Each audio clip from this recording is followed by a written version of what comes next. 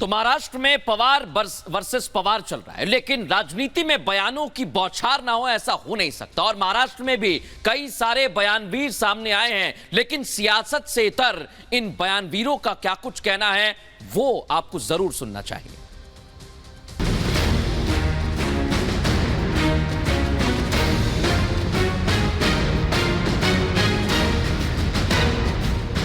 जितना ड्रामा हिंदी फिल्मों में नहीं होता, उससे कहीं ज्यादा महाराष्ट्र की सियासत में देखने को मिल रहा है। पल पल ऐसे हालात बदल रहे हैं कि राजनीतिक पंडितों का दिमाग घूम गया कि अब आगे क्या होगा। महाराष्ट्र का सियासी क्लाइमेक्स तो अभी बाकी है, लेकिन उससे पहले नेताओं के बयानों की बारिश हो गई है। और इस बरसात में वो नेता भी बयान दे रहे हैं जो सियासत में अपनी फिजूल की बयानी के लिए जाने जाते हैं। टूट एनसीपी में हुई, परिवार शरद पवार का है। मंत्री शिंदे सरकार में बने, लेकिन संजय राउत बयान देने सबसे पहले सामने आए।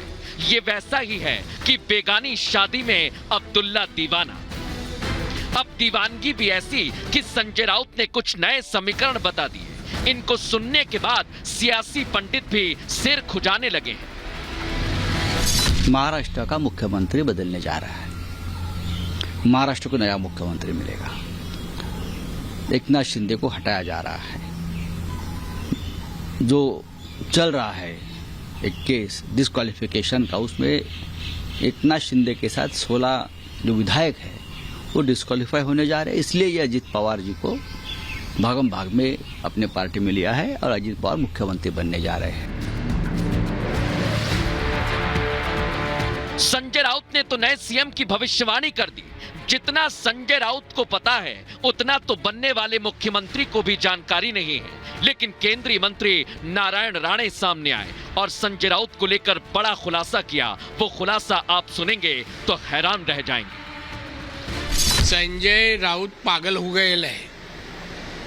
वो खुद का भवितव्य का सोच बोलना, हमारी सरकार का भवितव्य के बारे में मत सोच।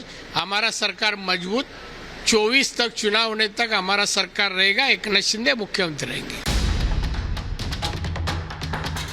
राजनीति में यह आम है कि नेता डॉक्टर बनकर विरोधी का स्वास्थ्य बता देते हैं, लेकिन जो महाराष्ट्र में हो रहा है उसका हाल कोई नहीं सुना पा रहा।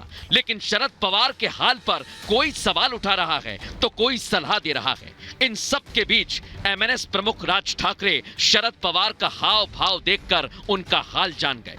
हाल के साथ मन की बात भी समझ गए और उनका छिपा हुआ प्लान देश को बता दिया। काही कशाला काही सुद्धा राहिलेलं नाही। हे सगळं बैठकी पॉलिटिकल ड्रामाच पाहतोय ना आपण सगळा। या सगळ्या गोष्टींची सुरुवात सकाळच्या पहाटेच्या शपथविधीने झाली। मग शिवसेना काँग्रेस एनसीपी झालं। आता शत्रू कोण मित्र कोण काय कशाचं कशाला महाराष्ट्रामध्ये काही राहिलेलंच नाहीये। राज ठाकरे ने तो बता दिया कि ये सब कुछ शरद पवार की प्लानिंग है और शरद पवार विशुद्ध पॉलिटिकल ड्रामा कर रहे हैं।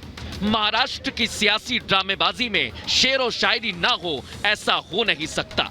इसके लिए केंद्रीय राज्य मंत्री रामदास आठवले सामने आए और शायरी में बताया कि महाराष्ट्र में चल क्या रहा है। पवार जी को बहुत बड़ा मिल गया है धक्का और अजीत पवार का निर्णय था पक्का। तो मतलब अजीत पवार जी ने तय किया था कि मुझे बीजेपी के साथ जाना है और अजीत पवार जी ने महाबंड किया है, बहुत बड़ा काम उन्होंने किया है और महाविकास आघाड़ी को मतलब तितर बितर करने का भी काम उन्होंने किया है। राजनीति में समय बदलता है, लेकिन शरद पवार की तो वक्त के साथ घड़ी भी बदल गई है और बदलने वाला कोई और नहीं, उनके खुद के भतीजे हैं। अब देखना होगा कि इस महाराष्ट्र की सियासी पिक्चर का हीरो और विलन कौन होगा, लेकिन उससे पहले ड्रामा चलता रहेगा। Bureau report, Republic Bharat.